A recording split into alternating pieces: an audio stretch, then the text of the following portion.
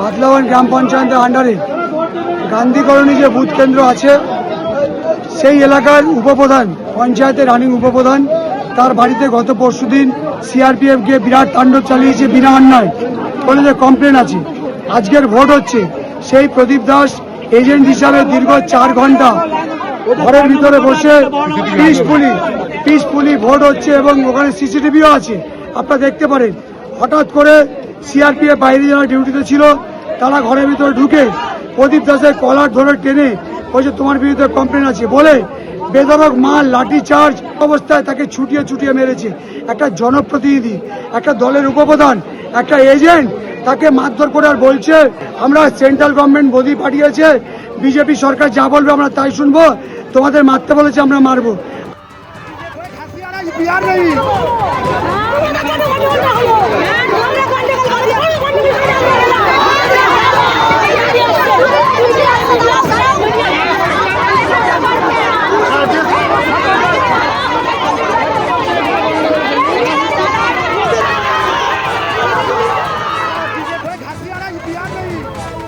তৃণমূলের বুথ এজেন্টকে মারধরের অভিযোগ, বুথে ঢুকে তৃণমূলের এজেন্টকে হেনস্থায় অভিযোগ কেন্দ্রীয় বাহিনীর বিরুদ্ধে। প্রতিবাদে বুথের সামনে আপনারা দেখছেন জয় বাংলা স্লোগান তুলে বিক্ষোভ দেখাচ্ছে তৃণমূলের বক্তব্য প্রদীপ দাস তৃণমূলের বুথ এজেন্ট, তাকে কলার ধরে টেনে এনে মারধর করে কেন্দ্রীয় বাহিনী। পাল্টা কেন্দ্রীয় বাহিনীর সঙ্গে দুর্ব্যবহার করেছেন প্রদীপ দাস, এমন অভিযোগও সামনে আসছে। ক্যানিং পশ্চিম কেন্দ্রের 112 নম্বর বুথে ঠিক কি ঘটেছে, কি অভিযোগ?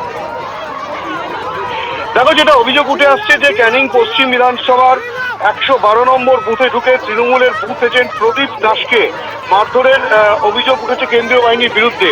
যদিও আরেক তরফ থেকে অর্থাৎ বিরোধীরা যেটা অভিযোগ করছেন যে এই প্রদীপ দাস সেন্ট্রাল ফোর্সের সঙ্গে কিন্তু দুর্ব্যবহার করে, দীর্ঘক্ষণ ধরে তার সঙ্গে বাকবিতণ্ডা হয় এবং তার পরবর্তী ক্ষেত্রে কিন্তু এই প্রদীপ দাসকে সেখান থেকে বার করে দেয় কেন্দ্রীয় বাহিনী এবং তারপরেই কিন্তু প্রদীপ দাসের বিরুদ্ধে যেটা অভিযোগ উঠে এসছে সেও কিন্তু রীতিমতো চাওয়া হয় এবং তারপরেই কেন্দ্রীয় বাহিনীর জওয়ানরা তার বিরুদ্ধে ব্যবস্থা গ্রহণ করে এবং তখনই কিন্তু তৃণমূল কংগ্রেস কর্মী সমর্থকরা যারা ছিলেন এবং সাধারণ বেশ কিছু মানুষজন এই প্রদীপ দাসকে কেন এইভাবে ধরা হলো, কেন ভোট থেকে বার করে দেওয়া হলো সেই নিয়েই কিন্তু রীতিমতো উত্তেজনা ছড়ায় এবং দীর্ঘক্ষণ ভোট প্রক্রিয়া বন্ধ থাকে। কেন্দ্রীয় বাহিনীর জওয়ানদের সঙ্গে যেভাবে গন্ডগোলের পরিস্থিতি তৈরি হয় এবং সেখানকার ক্যানিং পশ্চিমের যিনি প্রার্থী হয়েছেন তৃণমূল কংগ্রেসের পরেশরাম দাস, তিনি গিয়ে গোটা বিষয়, তিনি যাওয়ার পরে গোটা বিষয়টির উপরে মধ্যস্থতা করেন, মাইকিং করে সাধারণ মানুষকে এবং দলীয় কর্মীদের শান্ত করার প্রচেষ্টা তিনি চালান এবং পরবর্তী ক্ষেত্রে দীর্ঘক্ষণ প্রায় ভোট প্রক্রিয়া বন্ধ থাকার পর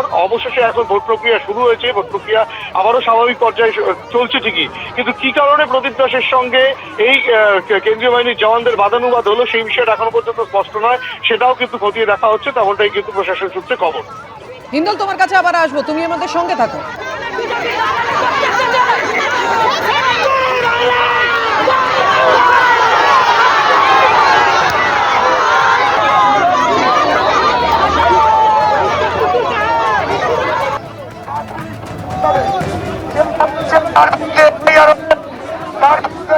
আইনত ব্যবস্থা আছে আমরা নেব। আমি অনুরোধ করছি এখন আপনার খালি করে দিই, তার বিরুদ্ধে আমরা করব। যারা ভোট বাকি তারা ভোটটা দেবে।